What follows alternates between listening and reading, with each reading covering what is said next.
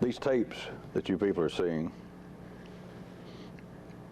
are perforce addressed to roughly two crowds of people. Some of you at some time at some other place will be seeing these tapes, maybe this instant one for the first time. But simultaneously these are being taped of me meeting with people whom I have been meeting with for a number of years.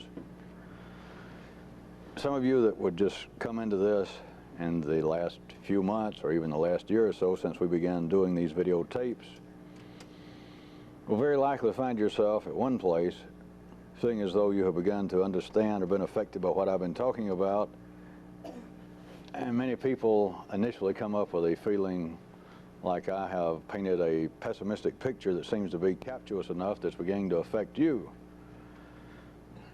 This pessimistic feeling seems to be based with ordinary people on the fact that I in some way keep laying out a scenario or I keep giving you little insights into the workings of man's behavior and his institutions to such a degree that it sounds like everything is locked up and cannot move. And then I get some reports, some letters and notes from people who have seen a few of these tapes that proclaim that they have heard enough and understood enough from me to be fully cognizant of the fact that everything is all locked up and there's not a damn thing can be done about it by anybody. And if that was the point I had to make, by God, I succeeded. And now what? In a sense, that's understandable. And in a sense, as connected to such things as I have mentioned about the kind of innate justice that is normally unrecognized, such as if for some reason I had a worldwide forum and in some way I spoke directly and for some reason millions of people heard what some of you think you hear in the beginning. That is a kind of message of, hey, quit struggling. You just think that you're making decisions. You just think that in some way the environment is loose enough that it's affected you and you can fight back and you can change things, and it's not true. Therefore, what the hell does it matter? My struggle. If that could be done, the whole world would heave, it would sigh, melancholy would reign. I guess it'd be a little different than it is now. Yeah, it would, it would. It would certainly seem worse. It would seem worse. I must tell you, though, that that is not the point of this. But seeing as how we're in a jocular mood, if you can follow me talking about things I'm not actually talking about, in a sense, it's a shame that any of you people, that life has to work in such a way that any of you people are wired up to get all entangled in this. Remember, I'm being somewhat jocular. In a way, it would be better if life was arranged this way. If all of you, instead of growing up perhaps in a more philosophical, like a liberal Jewish background, or any of you who might be New Age Muslims or Buddhist, it's kind of a shame if you understood it, that if life had not wired you up in a particular way that you are, if you had grown up in a good, fairly earthy, open-ended, how about a Southern Baptist environment? How about with a minister that seemed to be as liberal as a Southern Baptist could be? Now, I'm just using Southern Baptists. I'm not recommending that any of you become Southern Baptists. I'm just using them sort of as a catch-all. But if you had grown up in such an environment to where these kind of ministers, if you're not familiar with that kind of milieu, they continue to wave the Bible about and to point out that man is really not much of anything. And he made God mad right after the gods created him, and ever since then he's been paying a price, and that you all know that many things are not right.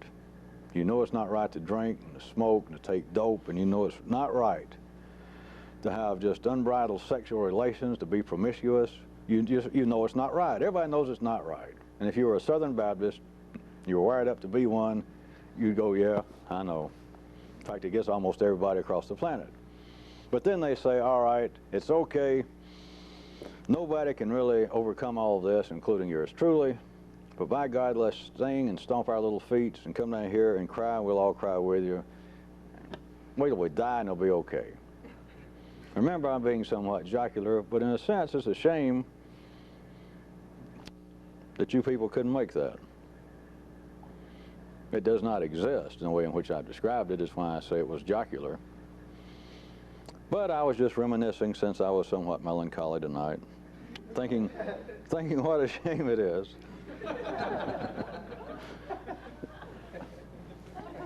that is not to be.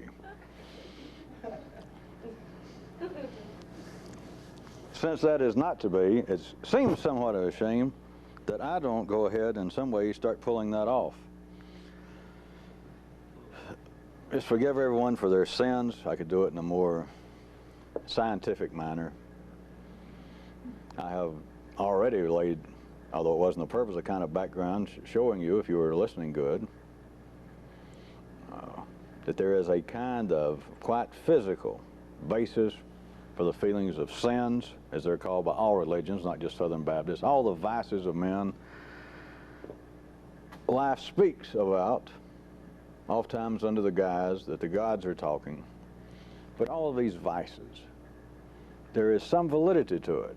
It is not worldwide, and to say that any particular thing is a vice, or that anything, any particular action that a person can take, that God's carte blanche disapprove of. It is not true. But there is a basis to it. There is a basis to it in the fact that there are certain activities, all the way from excessive drinking of alcohol to religious prejudice. There is a scientific, as opposed to a religious or psychological basis. There is a molecular basis for life disapproving of that in general. It still occurs, is why nobody can be truly a religious person, as life talks about at the ordinary level. But, as I said, I have in a sense already covered much of this background under other guises, talking about it in different ways, and it's just somewhat of a shame that things are not arranged that I could suddenly pull that off. Maybe some of you seeing these tapes for the first time, perhaps you would like to have a few months of more exotic commentaries. Perhaps you'd like to go back and listen to some of the tapes, feel as though you're getting so confused you don't know where you are, feeling as though you're becoming pessimistic, that you, in fact, some of you find it seems to go past an initial state, or a fairly initial state of pessimism, into a feeling that I am approaching terminal inertia. Not only in some way have I accepted what is surely your teaching, that there is almost nothing that can be done. It's just things are arranged a certain way, and some people are tall, some are short, some are happy, some are sad, and there's nothing can be done. You've almost proven it to me.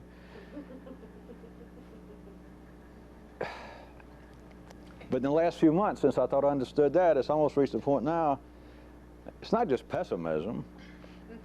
I'm not all that upset anymore. But it's not, I can't hardly get out of bed. I'm not all that upset, but I just can't hardly get up and worry about attempting to do that, which is actually impossible. That is, attempt to do anything. All right, the only reason that is slightly funny is that there is slightly some validity to it. But you people, whenever and wherever you may be getting these tapes, such as this one tonight, let me point out that I spent a number of years in a quite concerted effort with a group of people that went through a process that I didn't describe, but it went through a kind of journey so that they weren't suddenly confronted, this initial group of people, that they suddenly were not confronted with these kind of internal impressions that they had from eating what I said and believing that, hey, this is pessimism.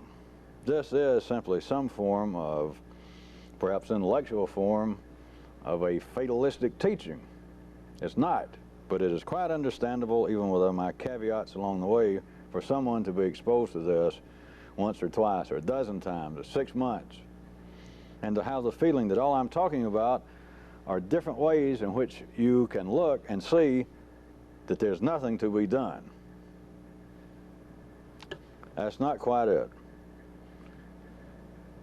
the kinds of things that everyone believes that this is about, the kinds of things that you believe this was about before you ran across me, the kinds of things that all the religions believe they are up to, the kinds of things that life is talking to itself about through man that comes out in a desire for this sort of thing, does not lead to a form of pessimism as you know it. It does not lead to a feeling of terminal inertia.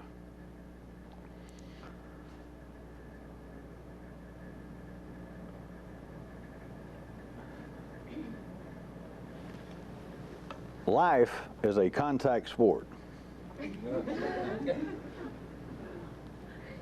Life is a contact sport whether you want to play or not. Now, the closest the ordinary people get to avoiding this almost inescapable reality is through the monastery approach, through becoming an individual hermit. But I assume that all of you understand what a small portion of humanity is ever involved with such, notwithstanding the fact that many, many of you may have thought many, many times, heard these voices that you thought was you saying, boy, I wish I was on a desert island, I wish I could get away from all this shit. I am safe in saying that many, many, many of you have thought that many, many, many times, and yet there you sit in Los Angeles, Manhattan, Miami, Cleveland. There you sit. Very few people do it. Not because of any weakness, but because life has very little tolerance for that. Because you are made to be in a contact sport. Energy cannot be transferred. Blood cannot pass through the cells of your body. You cannot get oxygen to feed the cells in your body without everything inside of you being involved in a contact sport. The life of man, the unique life of man, the unique position of man would not be being fulfilled were it not for the fact that this is a contact sport. And I assume that you understand I don't mean contact simply in the physical sense, because you are in contact. You are in a contact sport merely by looking at someone at a symphony concert who keeps coughing, and you turn and you look at them. You're like, give us a break. You just give that look that a non-cougher would give a cougher under those circumstances. All right, you have been in a contact sport. You have been in a contact situation with that other person. Verbally, by all means, you should begin to catch on to that as some of the things I keep talking about in oblique and direct manners, that verbally it is a contact sport going on oftentimes when there even seems to be no purpose. There just seems to be just absolute mechanical talk, or that those talking not only have nothing to say, they may show some awareness that the people listening to me aren't even interested, and yet I can't seem to stop. That is a contact sport. You make a mistake too foolishly, that is, without examination, without any understanding, to believe that every cell in your body is constantly demanding that the blood flow, bringing the nourishment, bringing the needed oxygen to every little cell, that every little cell wants a continuing explanation about, all right, what are you bringing me? What is this? Where did you get this oxygen? Was this from Los Angeles during a smog alert? Did this come from the Smoky Mountains, the Rocky Mountains, up where it's clear? What kind of food did you eat to bring this blood to me? That every little cell wants a continuing explanation. You do understand, if such a thing could occur, that the whole organism that you call you would go into a terminal state of disintegration. Everything would stop. The circulation, the carrying of the needed nourishment throughout your body to each and every little cell, more or less, must go on, and it is a contact sport, but it cannot tolerate some sort of need, some sort of belief that each and every cell, each recipient, each participant in the contact game has got to have an explanation as to what's going on. Now, surely I have made that look ludicrous enough that you would all agree, yeah. But life is arranged in such a way, for part of the purposes that man serves, to help life heal itself, to help it grow, that man is arranged in a quite proper manner, in a beautifully efficient manner, that there is this unexamined feeling that I must have an explanation of as to what's going on. Thus, among other things, comes about religion, philosophy. It all falls in religion. It's an attempt to explain continually, what am I being fed? Is it proper nourishment? And who can judge it for me? Because I can't. People are not wired up, the so-called consciousness of any person is not wired up to be able to judge themselves. If people were in fact as intelligent as they believe, as they are made to want to believe, who, and this has nothing to do with ordinary sacrilege, let me point out, but who could look themselves in the mirror and believe that I am an intelligent person, I have spent my life attempting to better myself, to understand what's going on, and yet I need someone to look in a book and to quote for me what the God said, or for them to interpret what the God said. I need someone to tell me, all right, you're doing okay. You, watch it. And you, madam, tut-tut, cross your legs.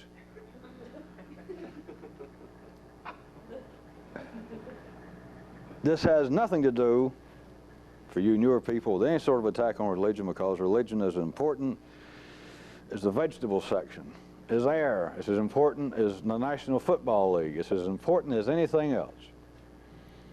But man is not wired up. Man is not made ordinarily to conceive of this simple fact that if there is anything worthwhile to be known, if there is an external gauge, if there is an objective gauge, is what ordinary intelligence would call it, such as the guides.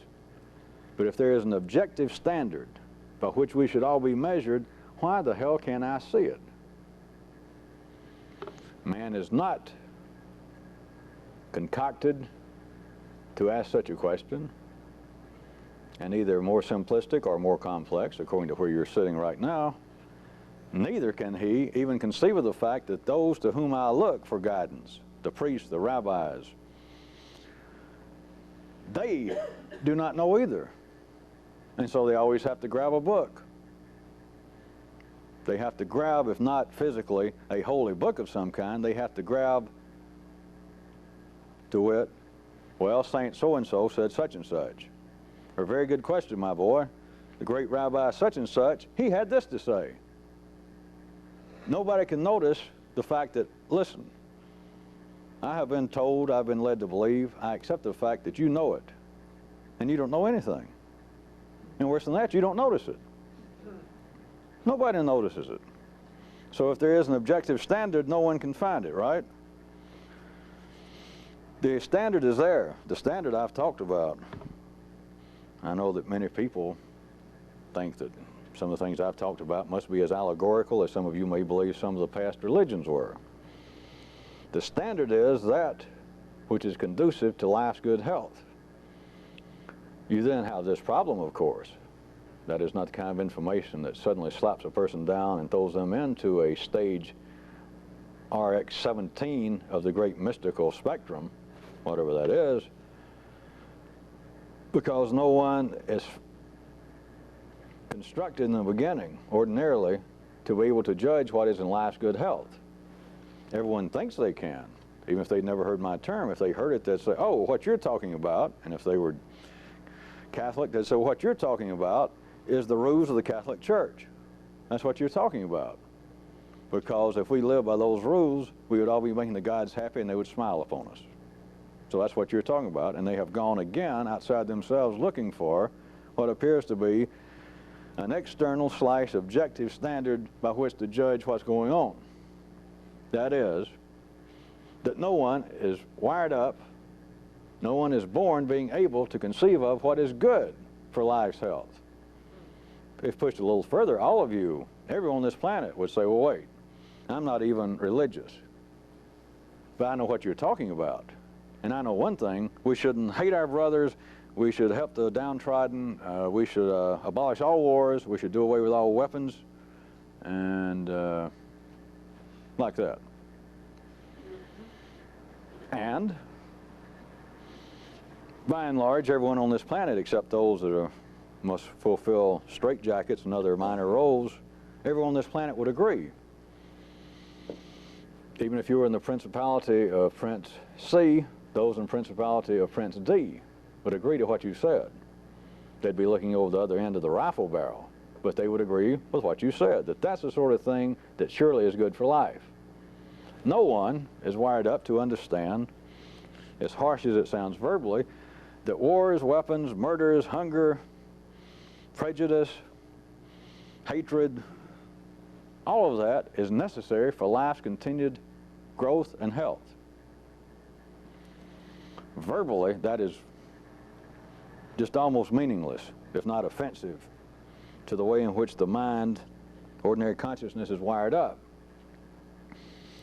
I don't say it to just be offensive, and it's not literally true, but the reality of it is far beyond literally true. The reality of it is, well, it's the worst, because the reality of it is this. The reality of it is the reality of it.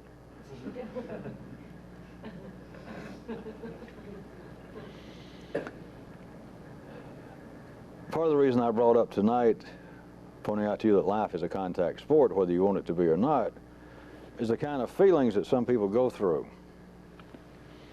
that predictably, that after just a few brushes with this and the way in which I am doing it now on these tapes we're making, to feel as though this is a form of pessimism.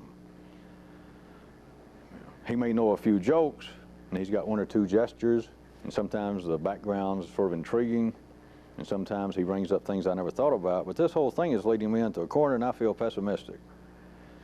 I feel like that it's just taking me down a line to where I feel as though, hey, everything I've worried about, everything I believed in, it doesn't matter because there's nothing to be done. Now, is that good or is that bad? I mean, if all my nightmares are not true and all the things I thought were vices and sins, if they don't make a tinker's dam worth a difference, is that good? But wait a minute, if that's true, then nothing means anything, including this. And that ain't too good.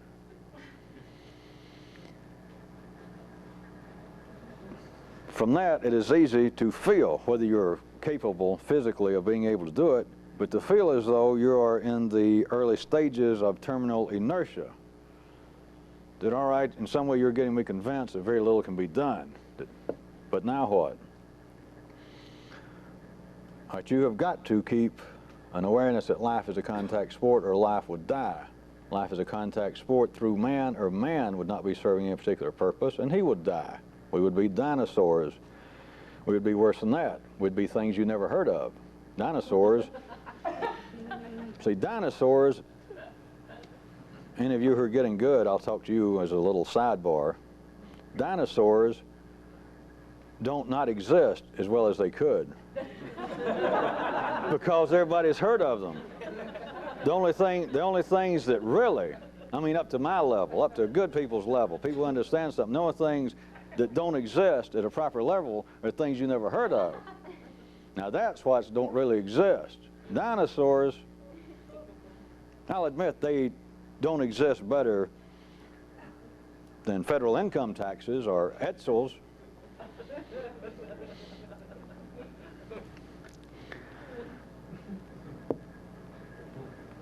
You need to keep an awareness that life is a contact sport.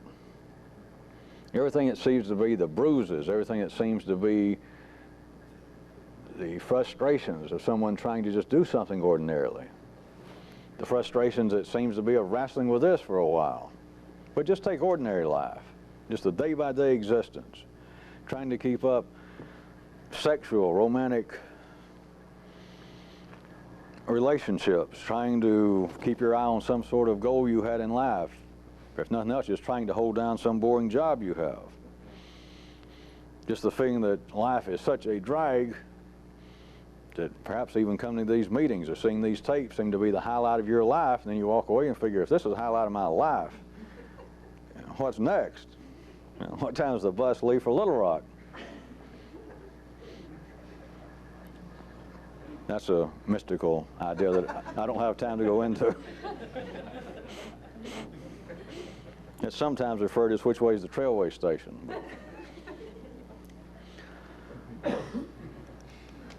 You are going to be inside of a contact sport unless you became a hermit, and if you do, I'll never hear from you. And I tell you that is not the way to go. Or if you enter a monastery, which is none of my business, but I'm telling you that won't get what you want if this is what you want. You won't get it there. But other than those kinds of examples, the rest of the time you're going to be in a contact sport whether you like it or not, whether you're complaining about it, whether you think you have an intellectual aversion to it, whether you think there's some philosophical reason that you should be immune to it. You can talk all you want. You've been talking all your life. Everybody else is talking. Everybody else is saying, this is the kind of shit up with which I will no longer put. How long have you been saying that, sir? 40 years, but.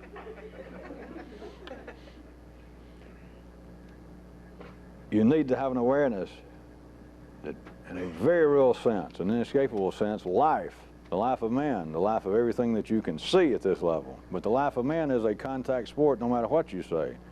It has got to be a contact sport to keep life alive, for man to serve his purpose.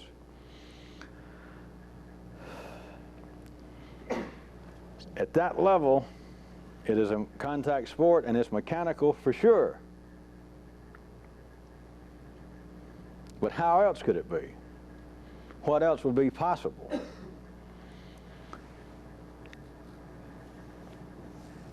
Let me drag you into a variation of something I mentioned some weeks back.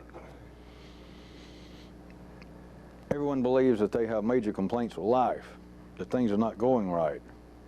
There's things that have not gone right as far back as you can remember. Either your romantic interludes or you trying to fulfill some imagined ambition you had in life.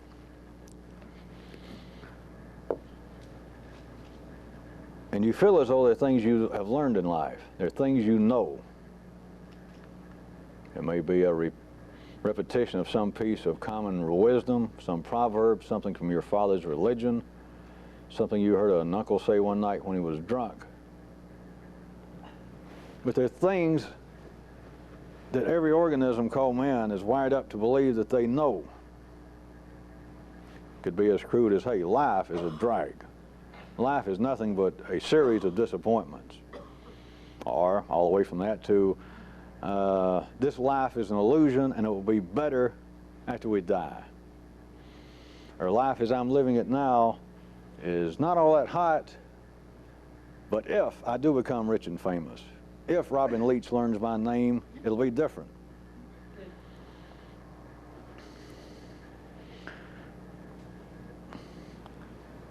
If there's anything that you know, whatever it is, just something that you know.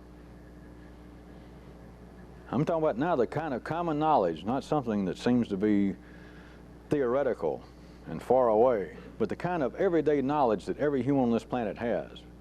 Like you can't trust people with shifty eyes. You can't trust a woman not to take advantage of you, or a man. You cannot believe what people tell you. Whatever it is, just the kinds of things that you do not ordinarily analyze, you or anyone else. But the kinds of things that are hard rock truths, facts that you know, that you have learned the hard way in life. Anything you know that you don't like, you don't know. That is a correlation, believe it or not, of me pointing out to you that life is a contact sport. Then I would ask you, what is it that you know, some of the things that you know that you never think about, along the lines of the examples I just made up? How many things do you absolutely know that you have no fault with? Sorry, folks, time's up. I must have your answer, or we'll go on to another contestant. I suggest to you, not just in these few seconds, but you can think about it later, that all the things that you know, I mean the kinds of everyday things that you know, that you've learned through experience, the things you know about life, about dealing with people, about how your interaction with life is always directed along certain lines, what the general outcome is, all these things that everyone knows. If you don't like them, you don't know them. And those that you like, I suggest to you, you can count on the fingers of at least 2 hands if you were a quadriplegic. None. People do not know anything with which they find no fault. People do not say, look, and I'm not going to make it up that long, but they may give you a long scenario of the places they've been, the people they've met, the experiences they've had, the number of love affairs in which they have been, the number of fortunes they've made and lost. And they end up telling you, I've learned one thing. I didn't just stay here in Duluth and become a Kawanan and have one wife. I have been all over the world, just like I'm telling you. I've been up, I've been down, I've been sideways. I have seen it all. And I tell you, I've learned one thing, and they tell you what it is. And you listen. And they've told you. They may say it magnanimously. They may try to attempt to say it philosophically. They may try to turn their heads so that when the light hits them, they look like Alfred Lord Whitehead. But you hear what it is they've learned. They may put their arm around you. They may pat you. They may pour you another drink. They may pour them another drink. And say, I've had fun. It's been a roller coaster. I may go out penniless, just like I came in the world. I may go out naked and screaming. But I have seen a lot. And here's what I've learned. And they may smile. But if you listen and they tell you, here's what I know. This I know.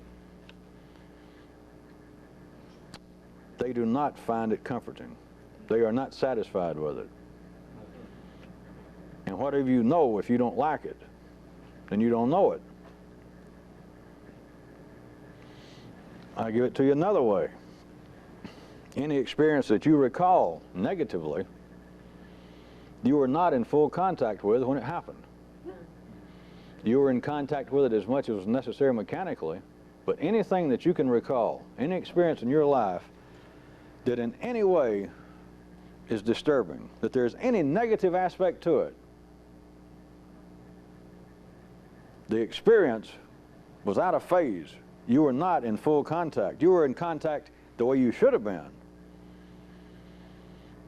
But the reason that you're disturbed by it is that you were simply in mechanical contact with it. You were out there in the trenches, being a linebacker, being a nose guard. You got kicked, you got thrown in the dirt, you may have run over somebody else on one play. But the only thing that occurred is that which had to occur. It was energy that got moved to a minimal level. The cells of the body's life got fed, you moved part of the blood, you moved part of the oxygen, just as you should have. But any experience that you recall that has any flavor, any odor, any taste of displeasure to it, do we want to take another few seconds for everybody to see how many of those you have? Or do you want to do it the easy way? Anything you remember you don't like. Those of you just seeing these tapes, I covered that years ago. So I'll go ahead and tell you. Hey, take my word for it. Take it as a great theory. Take it as a teaching. Give me a break. Look right in here. I mean, as outrageous as it sounds, all you got to do is look in here. You don't have to look in the book. You don't have to show up next week to see this tape again. I'm telling you, anything you remember is less than satisfying.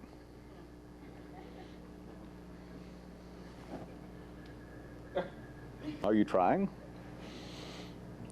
I put it in more succinct ways for people that heard some of this before, is the past, for someone truly involved with this, simply doesn't exist. Anything that you ordinarily remember, forget it. Because it didn't really happen to you. This is no consequence. I don't care what it is. I don't care how many of your dear parents and friends died. I don't care how many people mistreated you. I don't care how many people you mistreated. Anything you remember, any experience that is less than fully satisfying, which I already spilled the beans and pointed out to you, is everything you remember. Until you can develop consciousness above the ordinary level, until you can develop new areas of the nervous system, that which you eat does not go into being the old level of you, that does not feed the old cells. But other than that, everything you remember is less than satisfying. For one thing, that's why you remember it. That's the way people are wired up. But your contact with it was on the barest mechanical level. Now, there are many of you that's been around here long enough now, there's not much to talk about. I don't try to talk about it, but I'll go ahead and throw it in now in a few words. Once you can begin to laterally and then otherwise expand the very nervous system, what seems to be the brain itself, to where it can eat different kinds of experience in a way in which it does not go in and feed the entire organism you think of as being you in the old way, that it does not digest that which it is wired up to digest, it does not reject that which is always rejected, it does not keep the AMV12 level of the blood at the same place in which it must be to keep you at the position you are in so-called consciousness. Once you can get past that point, many of you are already at the point, like I said, I've never tried to mention it to you, but you're aware of the fact that now you have experiences, and you never thought about it because I never mentioned it, but now things happen, and your memory has changed. I don't want to say much more. It's not all as weird as some of you new people might think. Yeah, it is. It's weirder. Let me tell you the truth. It's weirder. Those kind of things you think of as weird when you start, it ain't weird at all. When you people think weird, it's like you were hoping, I'd come out and be green and wear a turban, and that what you heard would just be almost outrageous, but would almost fit in with ideas you had about Atlantis and astrology and etc. But see, that's childish weird. You could be that weird. You could paint yourself green and get a turban. In fact, most of you, when you show up, you're weirder than I ever imagined.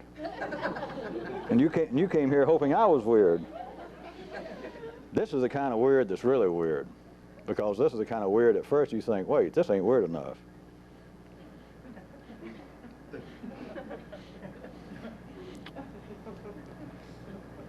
Your memory then becomes different. I don't want to say much more because it wouldn't serve any purpose.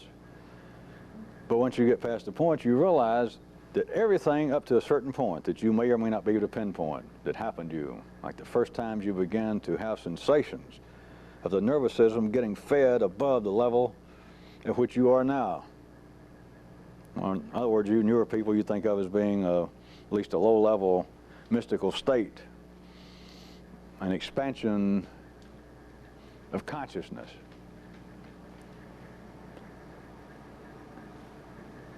That everything before that, you then understand what I was talking about, that your recollection of it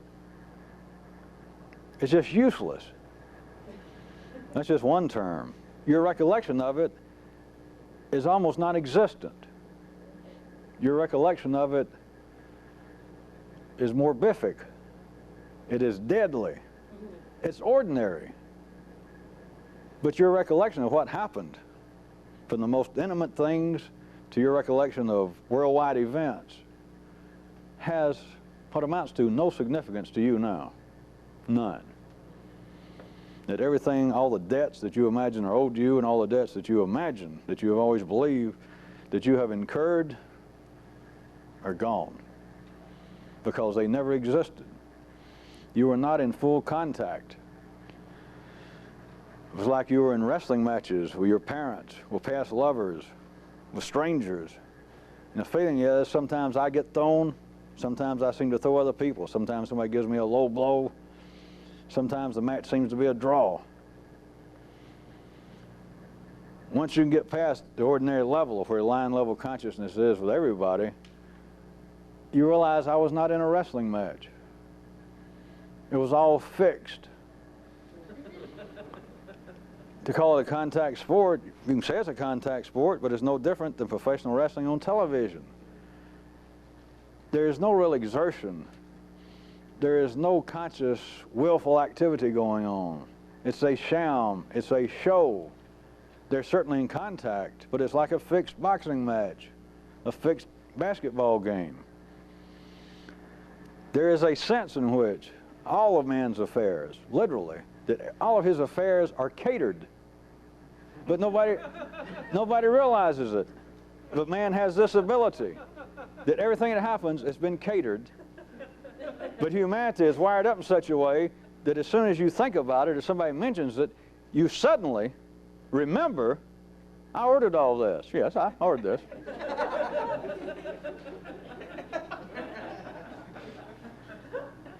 But you didn't.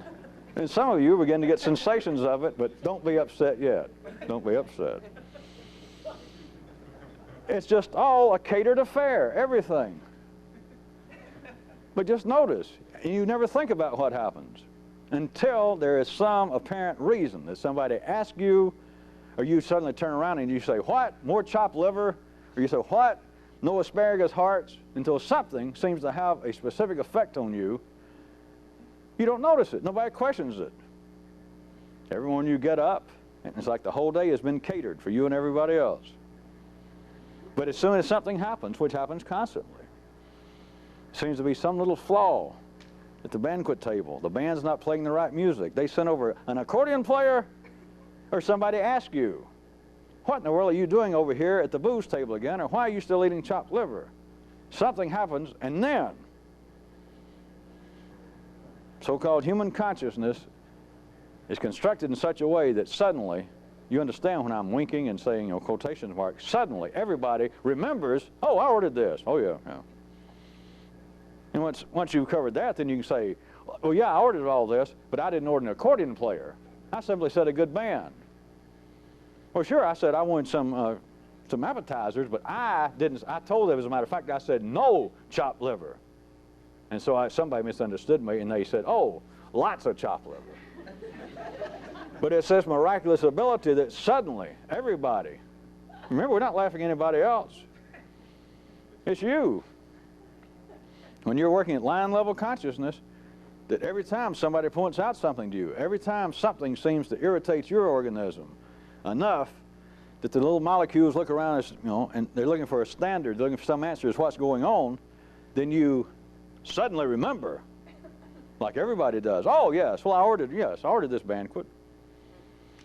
I called the caterer. I'm the one who set this up. I'm the one who first talked to this girl at the bar. I'm the one who decided let's get married. Or she said let's get married, and I went, hey, why not? Or I decided, no, I won't finish med school.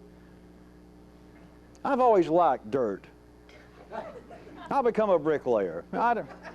Once it's pointed out, once something irritates you on the molecular level enough that in some way apparently you have to account for it, then is when everybody remembers, oh yeah, I ordered this.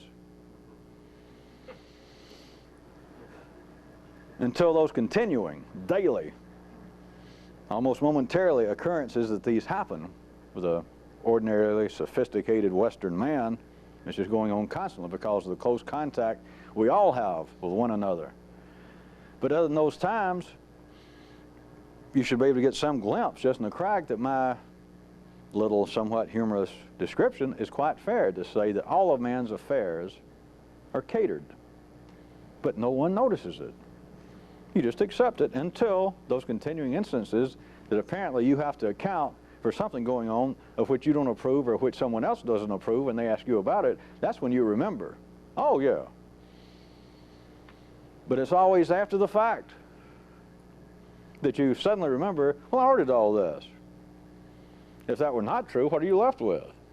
You would be left, if this could happen in ordinary life, with some form of fatalism.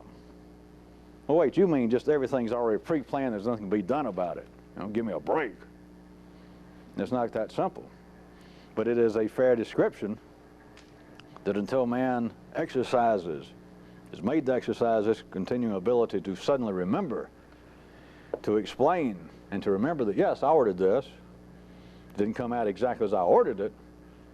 But until that occurs, no one notices that this whole thing is catered continually. The catering service is on call, in business, 24 hours a day for each and every person on this planet. Where do you think food comes from? Where does water come from? Sprites, tabs. Your forefathers believed in such things as the gods provide, but they could never explain, well, why do the gods seem to provide for people that's not like us? How come non-Christians? How come non-Jews? How come non-Muslims? How come they get fed? How come some of them are richer than I am? Then you're left with these very hoary and intricate theological, attempted theological philosophies. I'm giving you a better one. The catering service serves everybody 24 hours a day. And nobody notices it until those continuing momentary irritations wherein you must explain or you must take some note as to what's going on. And then you remember, I ordered this. You can't remember who it was you called, you can't remember their phone number. Nobody presses each other. You don't have to explain why is it that you keep apparently getting served the wrong food. How is it that every time somebody asks you about a certain aspect of your banquet, there seems to be this flaw, and you always have to explain, well, they misunderstood me. Nobody is wired up to press anybody else. We all, at the ordinary level, we accept the fact that as soon as someone says, oh, yes, I ordered this, but as you will note, there's been a slight mistake. You nod, yeah, it happens to us all. I know what you mean.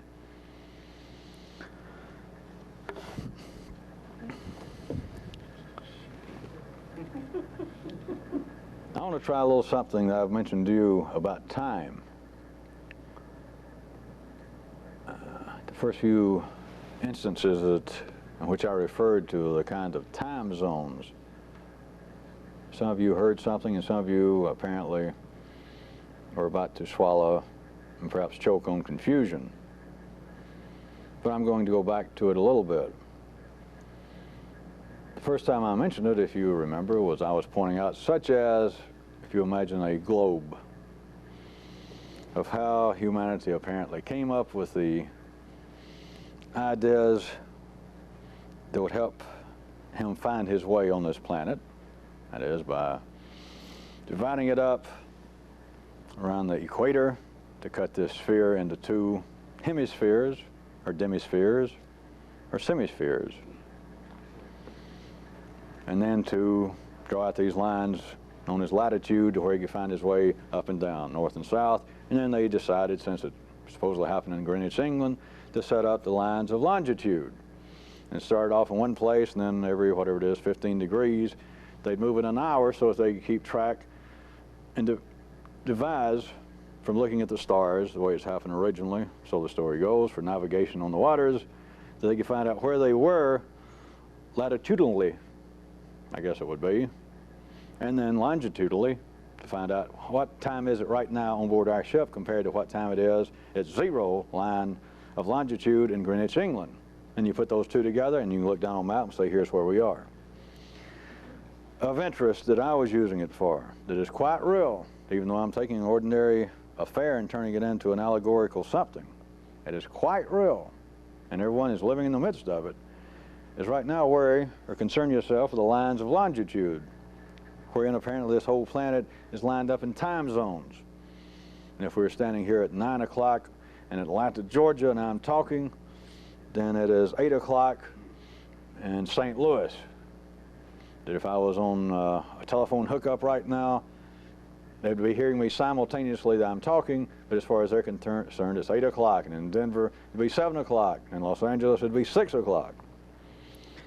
And they're existing simultaneously.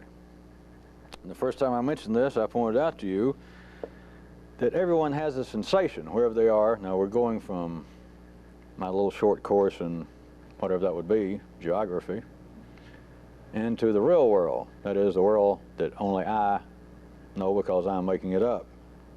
The real world.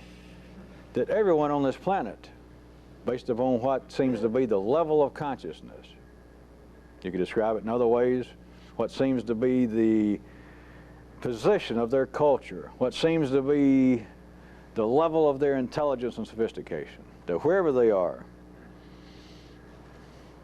from fairly primitive people in the South Pacific to nice sophisticated people in Manhattan and perhaps even the Bronx, I hear. Everyone at that place believes, without any interpretation, with no analysis, that they are in the present time zone, that we are what's happening. We are the living proof of man's ability to grow, of man's superiority to carrier pigeons and aircraft carriers and cotton carrier. He was a guitar player with a group that, well, never mind.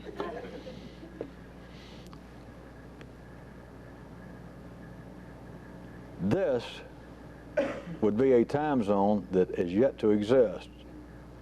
This activity would be east of Greenwich Mean Time, which of course does not exist, but you can't find it on a globe.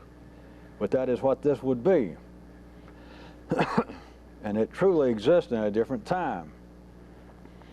The kinds of stories, I'll go ahead and throw this in, and don't anybody take this too seriously unless you understand it. And if you understand it, you understand that the only serious part is the fallacy of what people ordinarily believe. The kinds of stories that seem to have followed certain men throughout history, that after they're gone, people then begin to believe that, hey, he was from somewhere else. He was sent by the gods. I can be closer to you and tell you that he was, as opposed to being a son of God, he was like a walking anachronism, as he came from a different time place, his consciousness. Or the idea now, I guess you could pull off, there's some would-be gurus not already using it, instead of now saying you're from the gods, you could say, hey, I'm from a planet in another solar system, and I was sent here by superior beings on another planet who are more advanced than you poor humans, you and all your polyester clothes and your atomic wars and your chopped livers. It's more advanced beings, and they sent me here. But I'm going to tell you the truth. You know, it's not gods like you people believe. That was okay for its time and place. I'm here from another part of the universe. I'm here for more advanced beings. They've sent me here to help you. That's surely going on somewhere, at least in the United States, or at least in California, but now. Same thing as the God sent me, but a better explanation is what I just gave you, is don't worry physically, but what the person understands, what you think of as their consciousness, came from a different time zone. But they exist simultaneously. The same way that I was trying to show you that if you were getting this by telephone or video hookup right now in California, and you thought it was 6 o'clock, and it was, or 5 o'clock, and it was 9 o'clock here, we'd both be telling the truth. If I looked down and I said, I got to watch, and it's 9 o'clock here, and you people out in California, I want you to understand that, and you all looked at your watch and you said, no, it's 5 o'clock here. They're existing simultaneously. Within life's body, things are operating at different speeds, that there are other time zones. The attempt to do this, the attempt, whatever it was called, to expand one's consciousness, to get in touch with higher forces, to get in touch with the gods. There's a whole lot of talk about it. Very few people have ever experienced it. And it all seems to be hinged around the few people that seem to come along that in some way are believed to have experienced it or did come from somewhere else, that the gods sent them. They came from some other region. Their understanding came from a different time zone. It came from a time zone that was east of contemporary time. It was east of Greenwich Mean Time. It was east of the point of which anybody could ordinarily be conscious, that there is no time past this one. There is no time in front of this one. Where did you get this? The gods told me. Where did you get this? I came from a planet over in solar system X29ZW. Closer to the truth for now, for this day and time would be, as my mind was born in a different time zone. And I ended up here. If you could see life's body without being sophomorically anthropomorphic, you could realize that the cells in one's body operate on different times. Skin cells live and die at a rate which would actually put them, if they were conscious in the sense we are, would put them in a different time zone, would give them a totally different sensation of time than brain cells, blood cells. The rate at which something receives food, the rate at which something inhales and exhales, the length of time that something lives in the organic sense on this level directly dictates any sensation, if they were conscious in the sense we are, all the way from blood cells to brain cells, would dictate the sensation they had of what contemporary time is, how fast time is going. So, In the same way that someone in California could believe and say quite truthfully that it was 5 o'clock and we said it was 9 o'clock here, and they're both happening simultaneously. They were on a two-way video hookup, and we were both looking at our watches and telling the truth. In the same way, if the blood cells in the body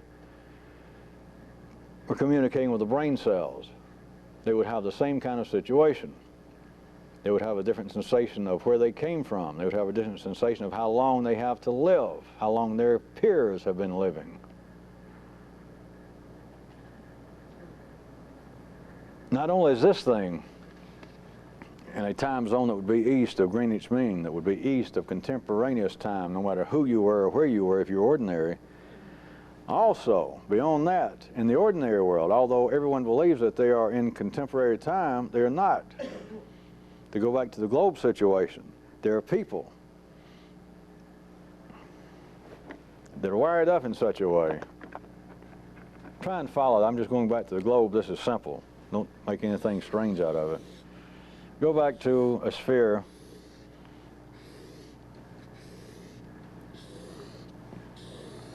And let's say this is what I was referring to as Greenwich Mean Time. That this, from here to here, seems to be contemporary time to you and to everyone else. That seems to be right now. Over here would be behind me, and over here would be in front of me. In other words, if we were talking about ordinary time, and compared to us, this would be into tomorrow. If we were getting over into Europe right now, or at least into Asia, they'd be experiencing daylight. It's Thursday here, they would be experiencing morning on Friday. They'd be having tomorrow. Go back around here far enough, and it's people that here we stand on a Thursday at night, and it's still daylight when you go through 2 or 3 other time zones west of us. Let's turn the tape over and I'll finish. All right, everyone, if you're following what I'm saying, would have the sensation that there is contemporary time, that is us, your group of people, whatever nationality, whatever community you're living in, and whatever seems to be the prevailing economic, philosophical, political, religious, all the ideas that seem to make up what you and your immediate tribe or your immediate community within the larger tribe is, that would be you. You'd be in there. You would then have sensations if you were taking what I'm describing. You'd say, all right, history, the past would be behind me, and over here would be the unknown future. All right, but they're existing simultaneously. Now, life operates, I'm going to give you an individual drawing in just 1 second, but on what would seem to be a larger scale, that is the scale of the whole tribe, the whole nation of humanity, everyone is not living in here.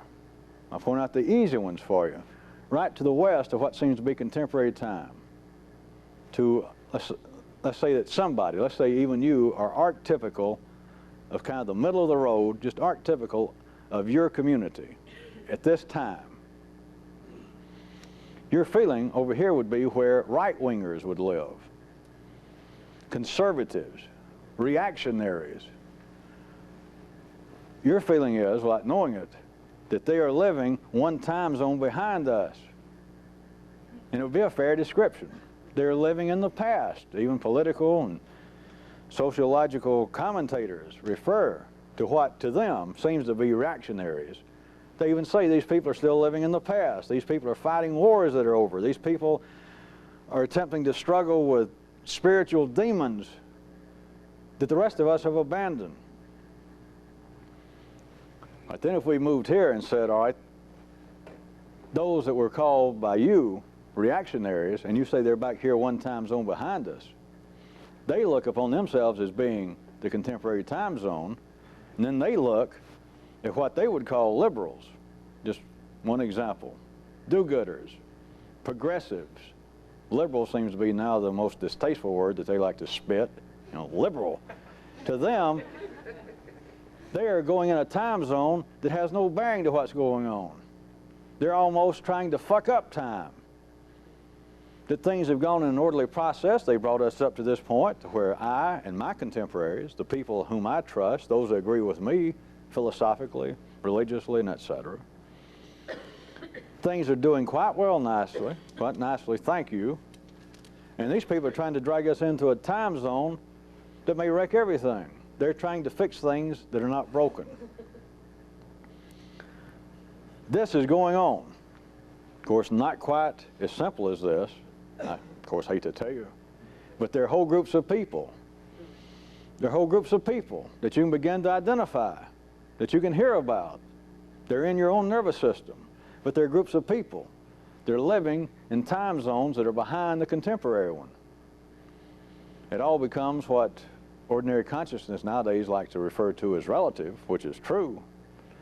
That according to who it is making an observation, they can feel, well, all right, there are people even behind us. But let me try. I'm just going to do this. You're just going to have to look at it and take what I say, and we'll just have to abandon it because I'm going to try to draw something that can't be drawn. I'm going to do it two-dimensionally and describe it three-dimensionally, and that is not the extent of it. But it would be as though it were this. If we had our good old human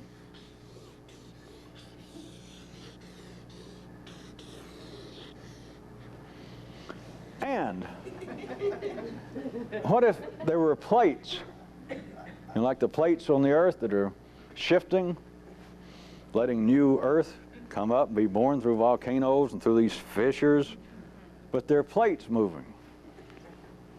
This, plates of time. I didn't bring out different colored ones, but I'm going to draw this like that was like a plate, like a ring around a planet.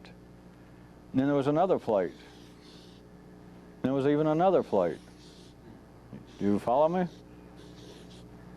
On one person, surrounding one person. Like rings.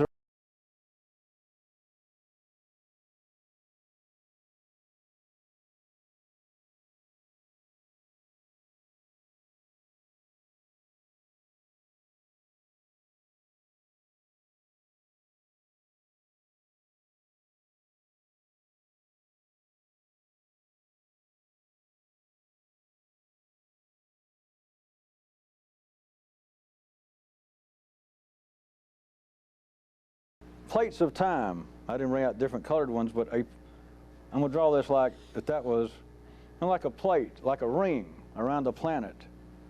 And then there was another plate. And there was even another plate. Do you follow me? On one person, surrounding one person. Like rings around Saturn. But as though they were plates, and at least three. I'll just mention three to give you something to start with. Three, the sensation, once it's noticed, that ordinary consciousness will want to tell you, all right, we're talking about a time zone that one seems to be right now, one seems to be me imagining the future, and one seems to be me dragging around the past. But there you stand, you and everyone else, and it's three plates, and they can shift, they can move. And it comes out in quite unmystical ways, such as you simply noticing sometimes something seems to happen that I think there's a reason for, or else I recognize no reason, and I will sit and get depressed, and I will think about the past. Perhaps about some kind of one instance, the death of a parent, some tragedy in my life, or maybe it's just in general. I'm prone to sit around at times and seem to get in the mood, and I just dwell upon the past and think about my childhood, or think about the time I was living with my first wife or first husband. Then there are times it seems as though I can't go to sleep. Maybe I got some plan to change my business, to get a new job. I just met a new lover.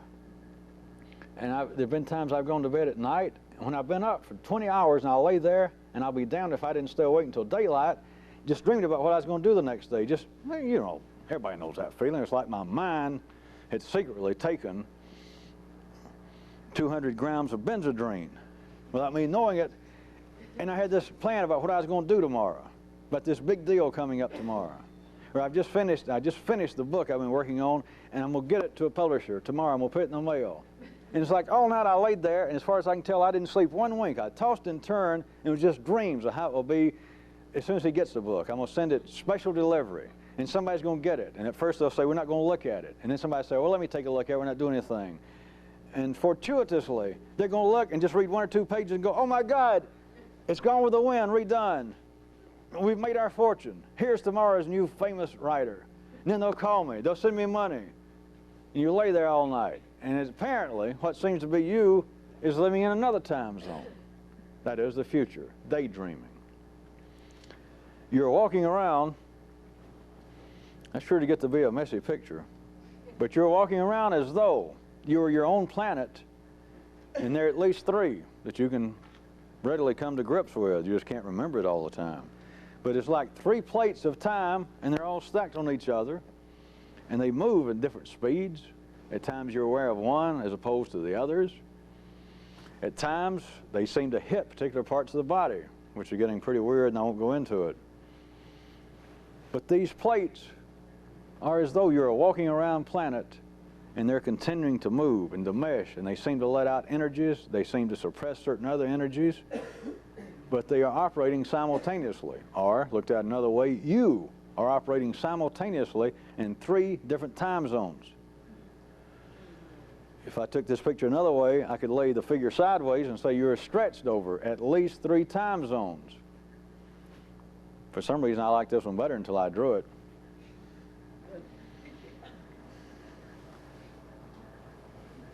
Instead of tectonic plates and the shiftings of the Earth's crust, I suggest to you that you can find something of benefit, something of an expositional nature to try and picture this. And you can feel it. At times you can feel it quite specifically. And they don't have to be as thin as I've drawn them. But if you imagine from top to bottom, there are three plates.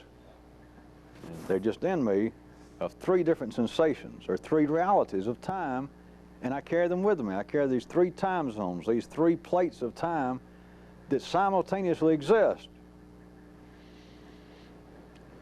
I was mentioning about feeling it, and I said I wouldn't say anymore, but I'm going to prove myself wrong.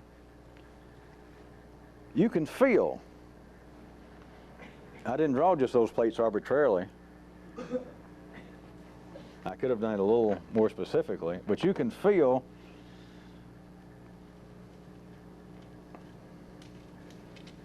instead of me messing with a picture, let me just say, for instance, you can feel what seems to be the past under certain conditions, and if you get to develop a certain kind of internal eyesight and awareness, you can feel that the plate of the past seems to be hugging, in general, a certain part of your body. And that which seems to be some future time zone.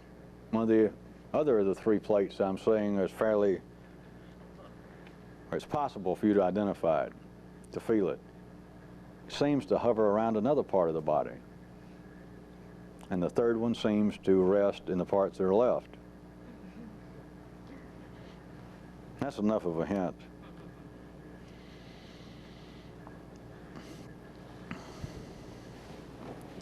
There are different time zones that seem to go with different people.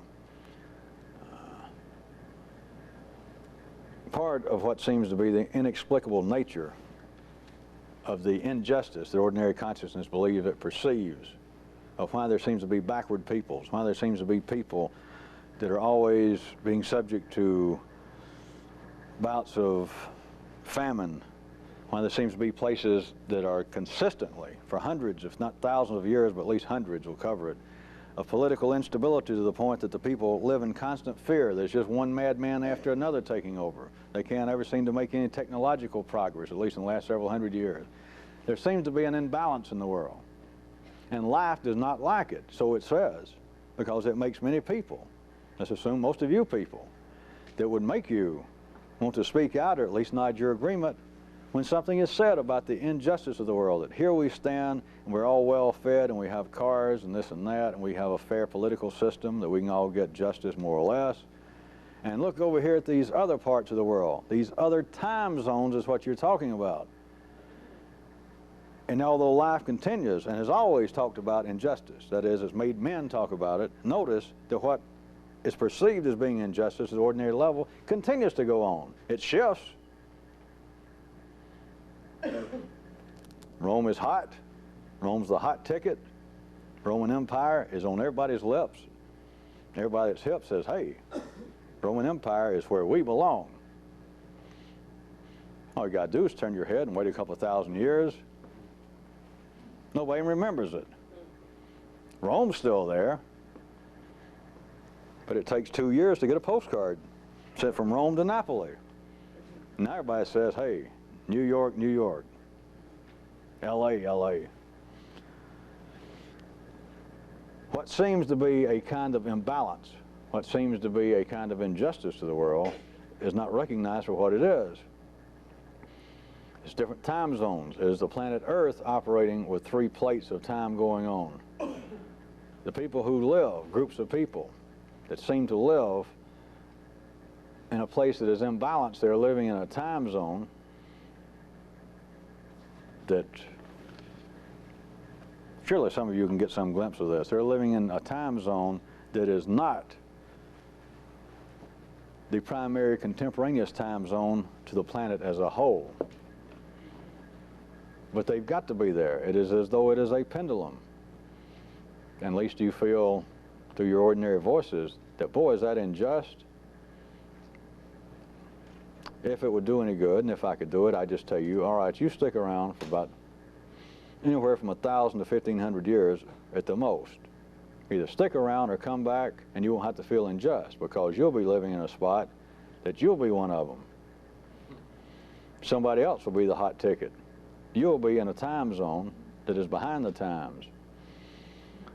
You will be, if, let's assume you came right back to the kind of genetic environment in which you were born this time. You would come back, and you would not be the hot ticket. You'd come back, and you would be where the plates are shifting, and there is tragedy after tragedy. One madman after another. That's all you got to do. You are living at the ordinary level, and you're always living to some degree, no matter what you do. But at the ordinary level, you are fully living. That is the only awareness you have. You are living in 3 contemporaneous, there's 3 simultaneous time zones. Most of you, most of the time, feel your center of gravity is being in a time zone just west of where this tells you you are. That is a part of the basis of so-called guilt. That is part of the basis that keeps things moving. That is part of life's circulatory system is, damn, I'm not doing right. That's one time zone talking. And to put it in a relative manner, or to put it in a apparently temporary stable manner instead of relative, I'll say that what you say in our time and place right now, people hearing this and seeing these tapes, what is talking, let us say, is in this time zone. The voice of reason, the voice of compassion, the voice that seems to be the spokesman for humanity is right there. That is what is talking. That is what is talking as far as you wanting to increase your consciousness or become a sophisticated mystic. But your center of gravity, by and large, lies right west of that. You're an hour behind, you and everybody else. That is part of what helps keep things moving. That is one fair description of why everyone feels dissatisfied, why everyone is subject to being pointed out and say, I know who you are. I know you come listen to these tapes and you read mystical books, but I know what you do at home in the dark. I know. And everybody goes. Because here, and up here it says, nay, no. I am a superior person. I am a decent person. But by and large, the time zone that seems to be your behavior is 1 hour west of here. Your mind may be in Philadelphia, but your ass is in Akron.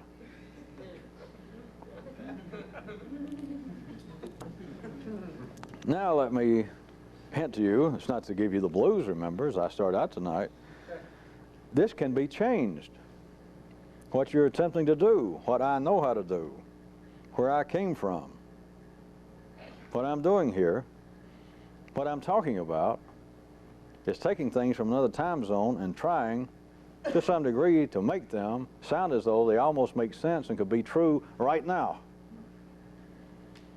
But the basis of this has always been from all of your past heroes, Confucius's and Buddha's and Moses's and etc.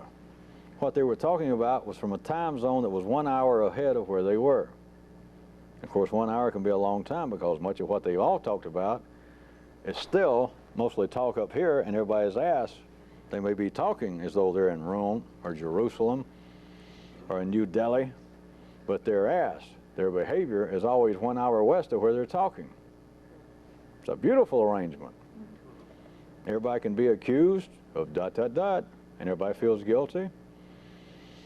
Everyone can be whipped, at least figuratively, into some form of confession, self-accusation, admission that I'm no good and I should do better.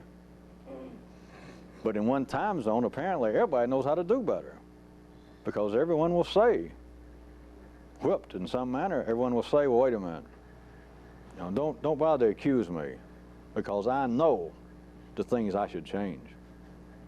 In other words, everyone says on this planet that in the right time zone, I know what's going on.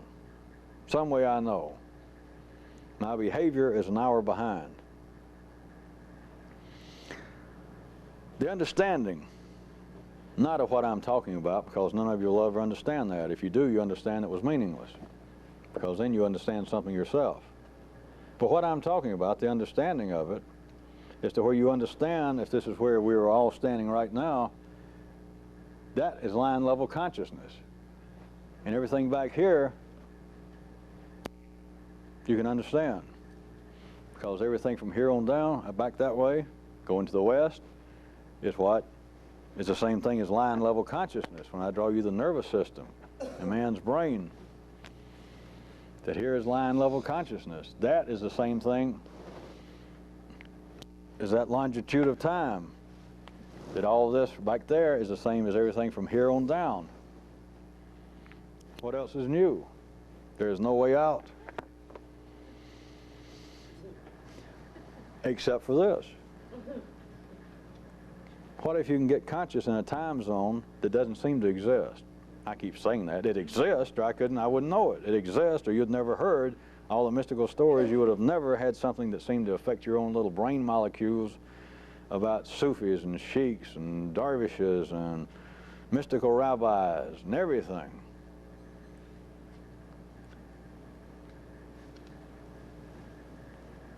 But what if you could find a time zone that does not apparently exist, because it's on no map, it's on no globe, and even when I draw it, I tell you there's 1 hour east of here.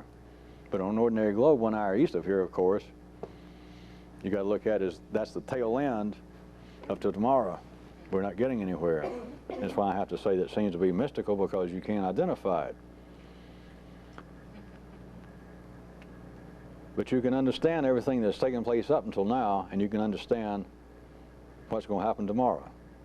And you do not have to refer to Gene Dixon.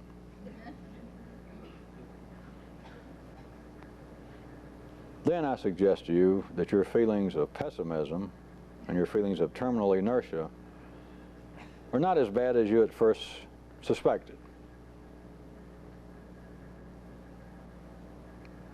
To say the least.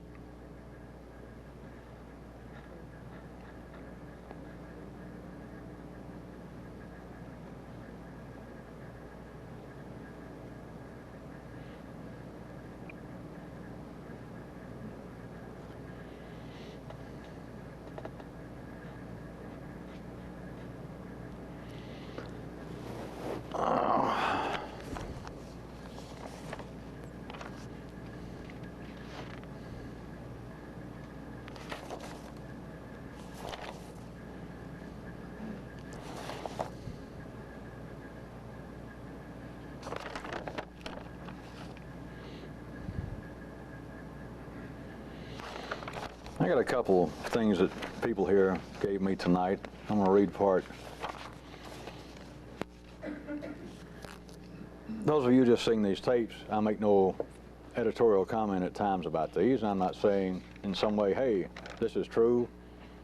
I take no responsibility for this other than I'm partially, totally responsible. I'm just reading what somebody here has sent.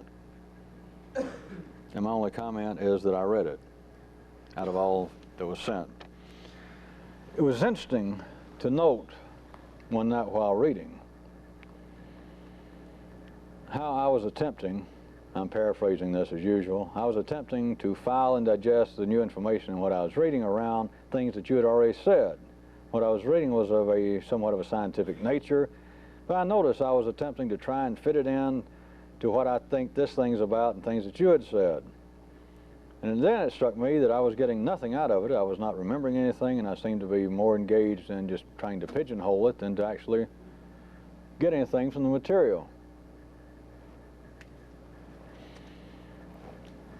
I set it down for a while, and then I looked back at it again, and then things started to pop out that I had missed. And I realized, in a sense, I was finally reading what was going on. I was digesting the information on its own merits. Then connections seemed to begin to be made in me that I had not planned. I began to understand things within the information that the author did not even necessarily understand or intend. The insights were not tied to what someone else had said or what I had already heard or read. In a sense, it was like for the first time in my life, I was actually reading something.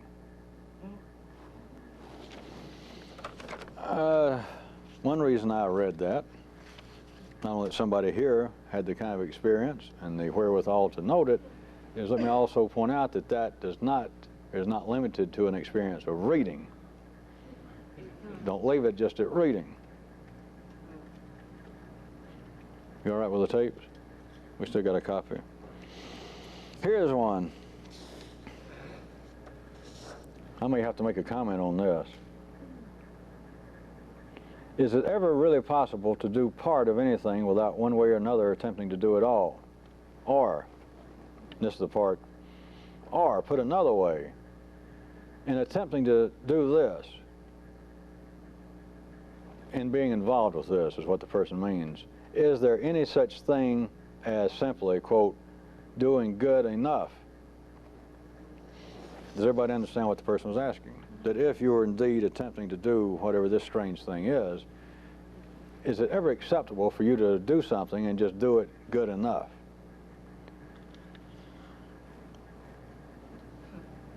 The answer is yes, but.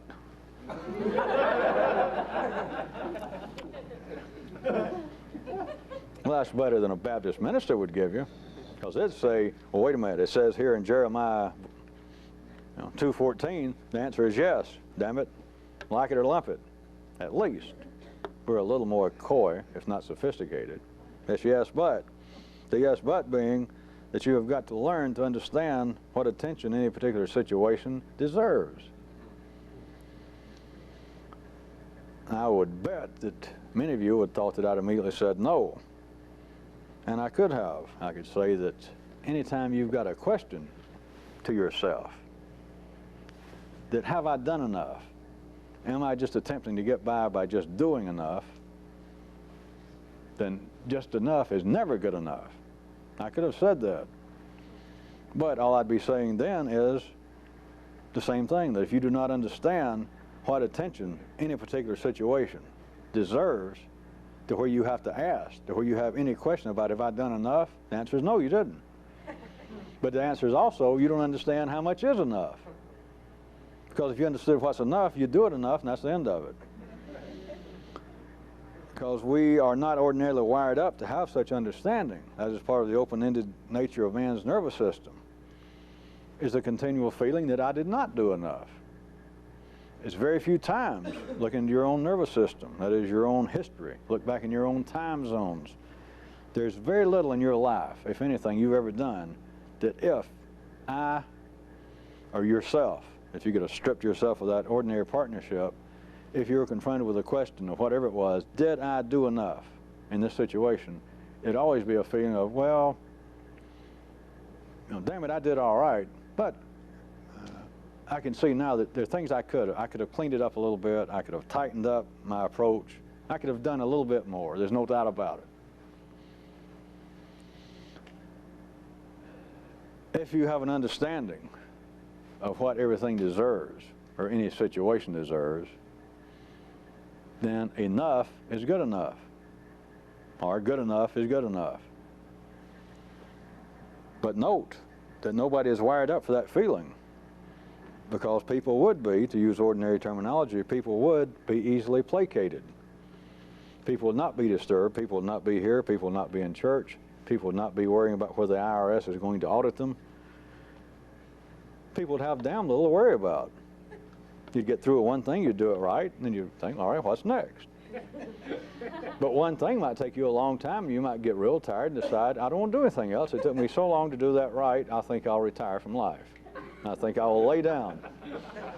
I think I will join a non-religious monastery and rest up. But there is the prevailing feeling, whether it is verbalized or not, that all of you can feel in yourself at line level consciousness, that there is a continual feeling that I am just barely getting by on doing just good enough. I don't know how many people I'm fooling. I know I'm not fooling myself. In fact, it's one of the things I don't like about me is I am inclined, I'll just do just enough to get by, and then I'll say, oh, to hell with it. And I know that's not right. That's not the way to be a mystic. That's not the way to reach into, to strive to higher states of cosmic consciousness. That I just won't do. The guide some days is going to look at me and say, hey, you know, you've been short-sheeting our beds ever since we've known you. You know, how the hell you think you're going to go up here and fly like the angels and whiz around like the planets? We've been watching you. You'll take on some job and you'll do it just half-assed, and you'll look around, and if nobody's looking, you go, and you'll say, well, another job well done, but yours truly in action. And you know it wasn't true. And you go, oh, you got me. Yeah, it's true, I didn't. Nobody understands what any situation deserves the attention. Again, I refer you back, that is, again, why people ordinarily are wired up to have absolutely no faith in, no ability to attempt, no ability, not even the motivation to look for some objective standard within themselves. It's somebody tell me, as far as I can tell, everything I do is kind of half-assed. Everybody needs an audience. Somebody tell me, did I do enough?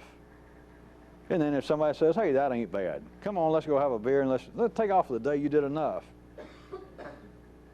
Really? Yeah, come on. You're just saying that. Even if you don't say that, your thing is, he's just saying that. He just don't want to hang around here while I work on it any longer. But notice how much effort it takes for somebody to tell you, hey, that's good enough, come on. You say, well, wait, I was planning to work on this another 4 or 5 hours at least. It'll take that long. Oh, no, that's fine. Really? Okay. Everybody is a pillar of strength.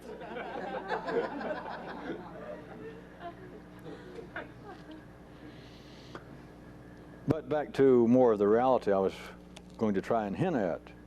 It's not to give anybody an excuse for anything, but do note.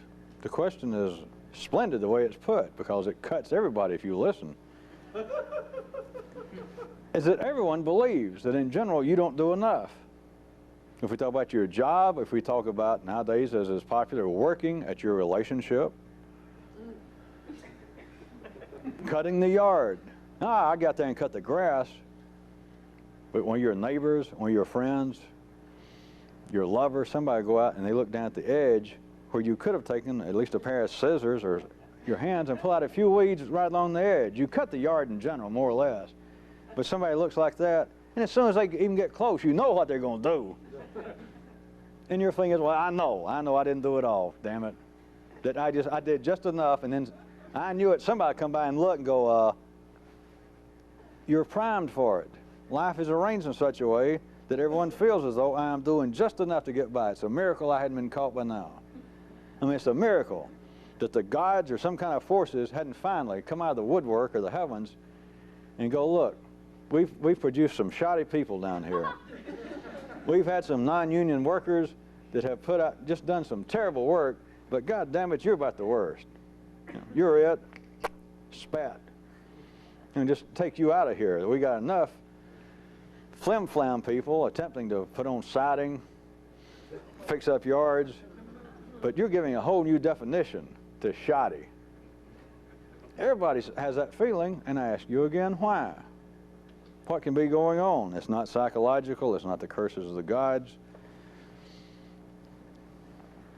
if they had such consciousness, as important as an individual blood cell is for its short life, how would it feel if it were conscious? To what kind of feelings could we ascribe based upon your knowledge of life and yourself now and humanity?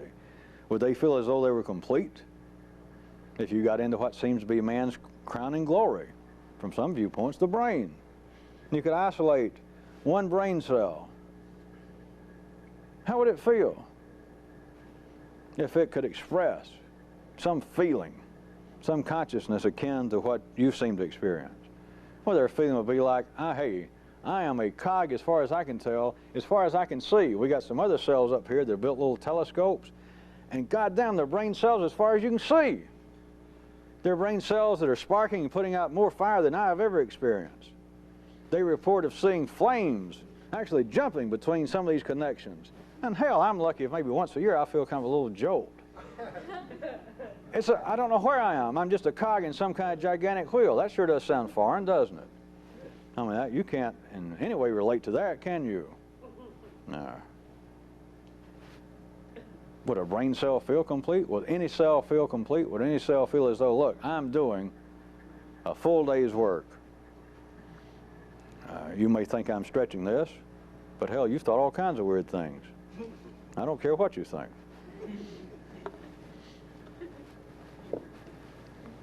That's known as a semi-jocular illusionary trapdoor for anybody that wants the conversation stopped for a second. Why are there so many right angles in life?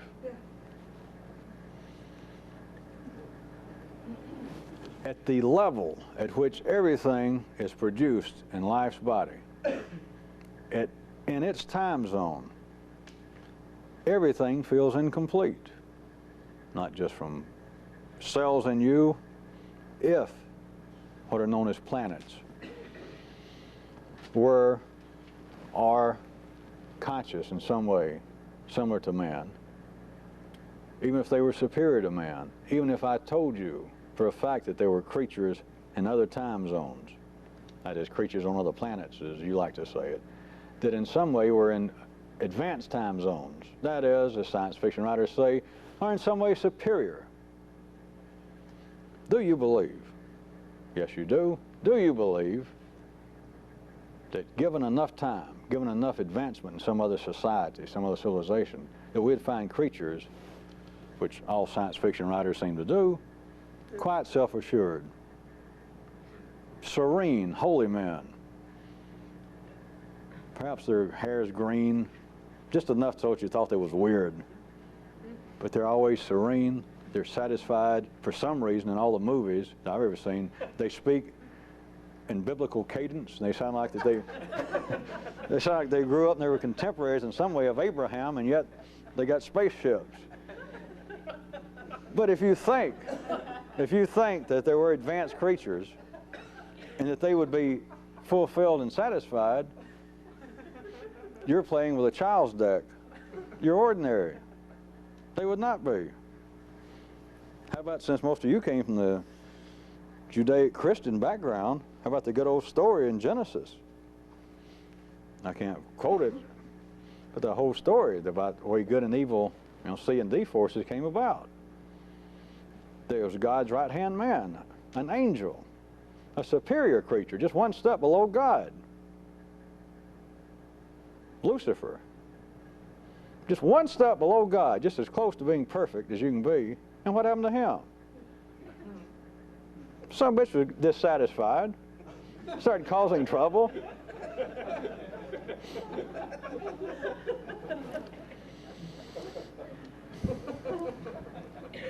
There's that great singer, philosopher, Reverend Brother Joe May used to sing, they kicked him out of heaven. You would find nothing within the body of life. You would find nothing that man has imagined. As I was trying to point out to you, even man's imagination does not find fulfillment in his imaginary ideas, even of gods, not just of Lucifer. Unless they're gods that fell out of grace or got disturbed Gods are not complete. If they were, they wouldn't keep putting up with the kind of shit they do. They wouldn't keep making the faux pas they make. They wouldn't produce societies or races of men and then go, good grief. No, but man's imagination, what seems to be his highest faculty, trying to imagine in the higher realms, even what he imagines with the gods. He doesn't analyze it that way, but his imagination. Remember, everything, if the tiger eats becomes tiger.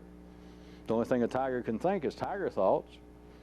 That even man's imagination of what would be higher beings, they're still dissatisfied. Even the gods, as man imagines them, does just enough. That's all you can say for them. They created these creatures, the Judaic-Christian idea, created in his own image these two creatures. And he said, boy, that's all is well. I think that's it. I was going to say, boy, isn't that something? But I think, if I remember my Bible, it says, all is well. Have fun, live it up. But he didn't do a first-class job. No, he told them a few rules and regulations, turned his back, and son of a bitch, the first thing they did was do the very things he said not to. Now, what kind of creator is that? But that's the best man can imagine. Not that he's at fault, but that is the nature of reality at this level. That no part of a larger system can feel completed. Only the system itself could feel complete. But compared to your individual cells, if they were conscious in some way, compared to your individual cells, of course, you would be godlike. Compared to them, you are fulfilled. But then compared to you, you're not. Compared to man's imagination, compared to man being able to have a nervous system that can formulate words and have a concept of what did happen and what may happen, he then does not feel any satisfaction. It feels as though I am doing just enough. Go back to what I started to say in general response to this. I was pointing out to a rhetorical question, sort of. Beyond me saying that good enough is good enough if you have an understanding of what each and every situation in your life, the kind of attention it deserves, then what I was going to ask you rhetorically, can you see the probability, based upon what I have rambled on about for the last 10 minutes, that what you are wired up to take seriously, the very things that you are constructed to feel as though I have never given enough attention to this, the feelings you seem and the attitude you seem to have toward it may be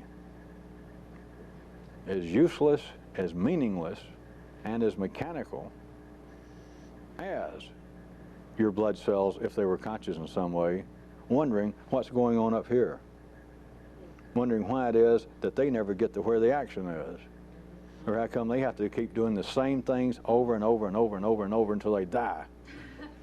And they imagine these stories that in other parts of the universe, there are people that have magical powers. There are people that live forever. Of course, compared to a blood cell, your brain cells live forever. They're immortal. Compared to a blood cell, a brain cell would be a god.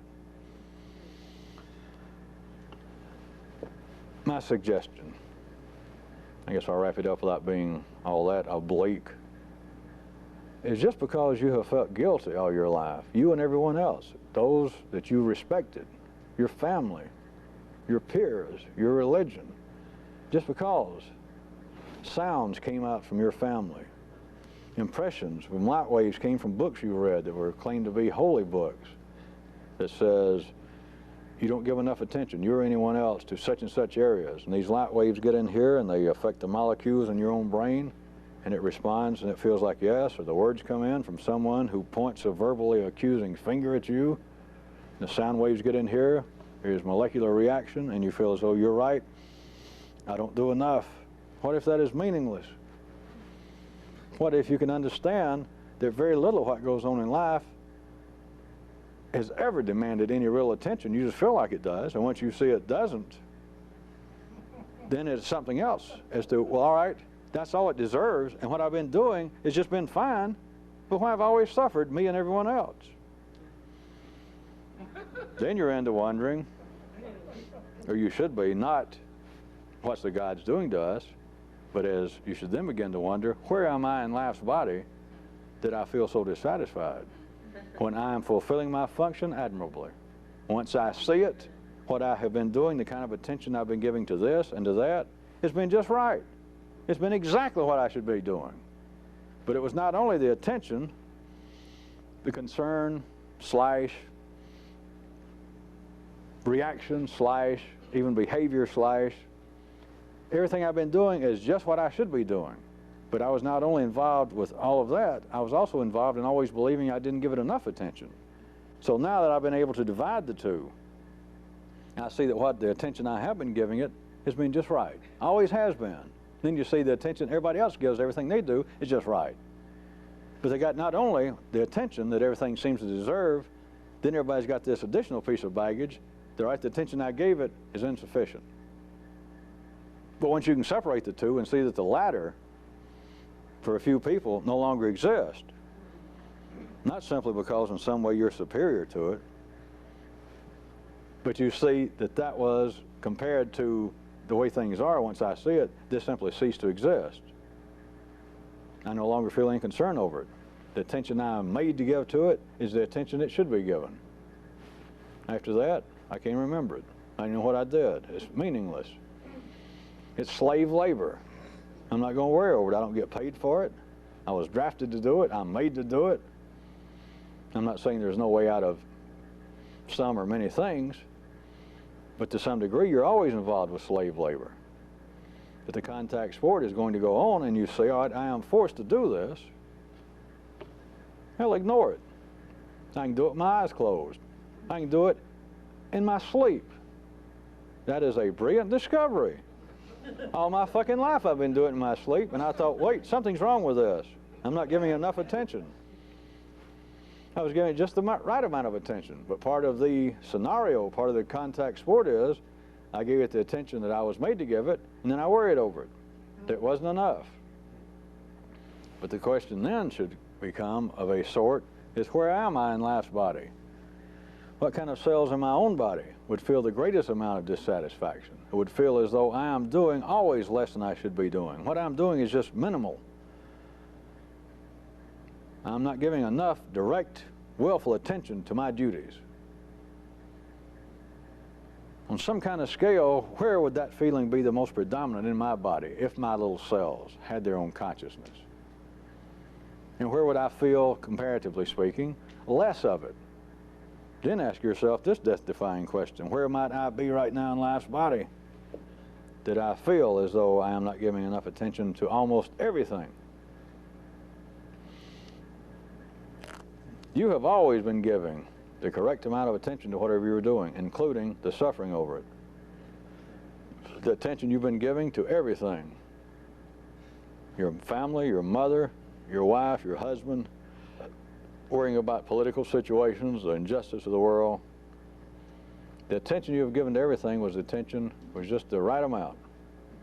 But part of it, part of the exchange of energy, part of the purpose that man serves in circulating energy within life, is the continual feeling on everyone's part that I'm just doing just enough to get by. I'm not accomplishing anything. I'm barely weaseling my way through. You're doing just right. But you can't take my word for it. And I'm not trying to give you my word for it. I'm not trying to give you a way out, because nobody can give you a way out theoretically. But it's to find out that by and large, the things that I've been involved with, the attention I've been giving them is the attention. If the gods themselves were here and would speak to me in human language, and I said, hey, look at the way I react to this, how am I doing? They'd go. Then you might say, but hey, I always feel like it wasn't enough. And they'd say, double. When you said, here's why I'm doing, they'd say, right on. And when you say, but I never felt like it was right, they'd say, double, right on. You know, well, you're bugging me. You're doing just right.